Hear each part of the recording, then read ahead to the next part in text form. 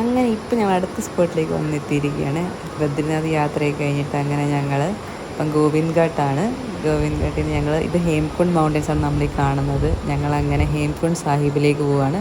ഹേംകുണ്ട് സാഹിബ് ഗുരുനാനാക്ക് തപസ്സിരുന്ന സ്ഥലമായിട്ടാണ് പറയുന്നത്. അത്യാവശ്യം വലിയൊരു ട്രെക്കാണ്. ഒരു 10-20 കിലോമീറ്ററോളം നമുക്ക് ട്രെക്ക് വരുന്നുണ്ട്. ഭയങ്കര സ്റ്റീപ്പായിട്ടുള്ള നല്ല കയറ്റങ്ങളൊക്കെ ഉള്ള ഇതാണ്. അങ്ങനെ ഞങ്ങളിപ്പം ബേസ് ക്യാമ്പിലേക്ക് പോവുകയാണ്. ആദ്യം തന്നെ ഞങ്ങളങ്ങനെ ട്രെക്ക് ഒരു 4 മണിയായപ്പം രാവിലെ തന്നെ തുടങ്ങി. അങ്ങനെ ഞങ്ങൾ വന്ന് എത്തിപ്പെട്ടിരിക്കുകയാണ്. അപ്പം ഞങ്ങൾ താഴത്ത് ബേസ് ക്യാമ്പിന് താഴെയുള്ള വേറൊരു ഗുരുദ്വാരമുണ്ട്. അവിടെ ഞങ്ങൾ സ്റ്റേ അടിച്ച റൂമൊക്കെയാണിത്. അങ്ങനെ ഞങ്ങൾ യാത്ര കയറിക്കൊണ്ടേയിരിക്കുകയാണ്. അത്യാവശ്യം നല്ല രീതിയിൽ പോകാനുണ്ട്.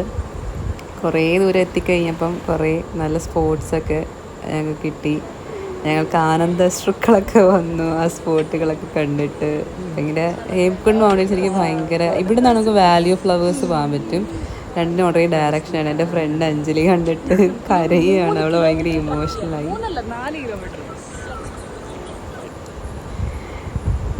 പിന്നെ ഞങ്ങൾ അത്യാവശ്യം ഞങ്ങളുടെ ഈ ഫുഡും അങ്ങനത്തെ സംഭവങ്ങളൊന്നും ഇല്ല. പിന്നെ റേഞ്ചൊക്കെ അവിടെ എത്തുമ്പം പോയി ഫോണിൻ്റെ.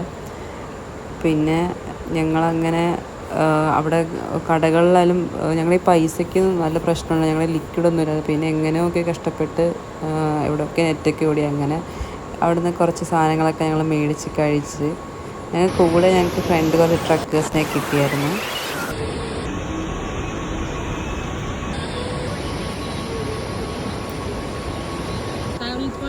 കിട്ടിയിട്ടുണ്ട്, പേരൊന്നറിയില്ല.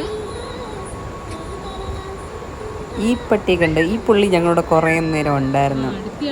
അതേ സത്യം പറഞ്ഞാൽ നല്ല രീതിയിൽ കയറാറുണ്ടായിരുന്നു. ഇത്രയും പ്രതീക്ഷയില്ലായിരുന്നു ഇത്രയും ഇതുണ്ടെന്ന്. ഒരുപാട് നടക്കാറുണ്ടെന്ന്. ഈ പാലൂടെ കഴിഞ്ഞ് പിന്നെ പറയേ വേണ്ട.